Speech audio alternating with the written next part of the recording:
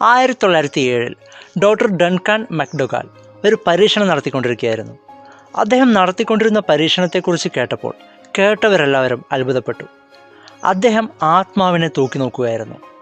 അദ്ദേഹം ആ പരീക്ഷണത്തെ hypothesis concerning soul substance together with experimental evidence of the existence of such substance എന്ന് വിളിച്ചു.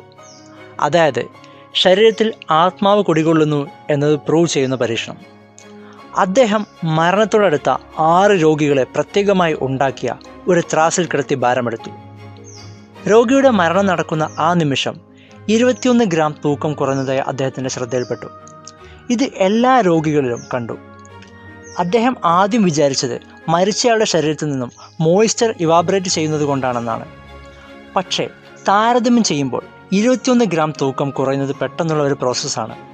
ഒരാളുടെ തൊലിയിലെ മോയ്സ്ചറിൻ്റെ അളവ് വെച്ച് നോക്കുമ്പോൾ ആ തൂക്കം വളരെ വലുതാണ്.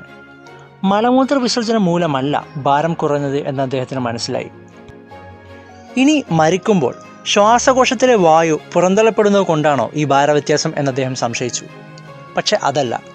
കാരണം അദ്ദേഹം സ്വയം ത്രാസിൽ കിടന്ന് ശ്വാസോച്ഛ്വാസം ചെയ്യാതിരുന്നപ്പോൾ ഭാരത്തിൽ വലിയ മാറ്റം വരുന്നതായി കണ്ടില്ല. അദ്ദേഹത്തിൻ്റെ 6 രോഗികളെ തൂക്കി നോക്കിയതിന് ശേഷം അദ്ദേഹം നായകളുടെ അടുത്തേക്ക് പോയി. മരണാസന്നമായ 15 നായകളെ അദ്ദേഹത്തിന് കിട്ടി.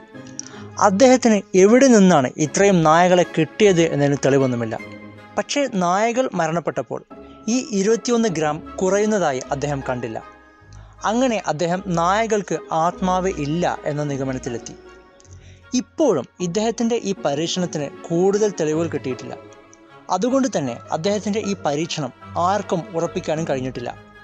അദ്ദേഹത്തിൻ്റെ ഈ പരീക്ഷണം ആരും ഏറ്റെടുത്തിട്ടില്ലെങ്കിലും 21 ഗ്രാം എന്ന സിനിമ അദ്ദേഹത്തിൻ്റെ പരീക്ഷണത്തെ ആസ്പദമാക്കിയാണ്. വീഡിയോ ഇഷ്ടപ്പെട്ടെങ്കിൽ ലൈക്ക് ചെയ്യുക, ഷെയർ ചെയ്യുക. കൂടുതൽ വീഡിയോകൾക്കായി ചാനൽ സബ്സ്ക്രൈബ് ചെയ്യുക.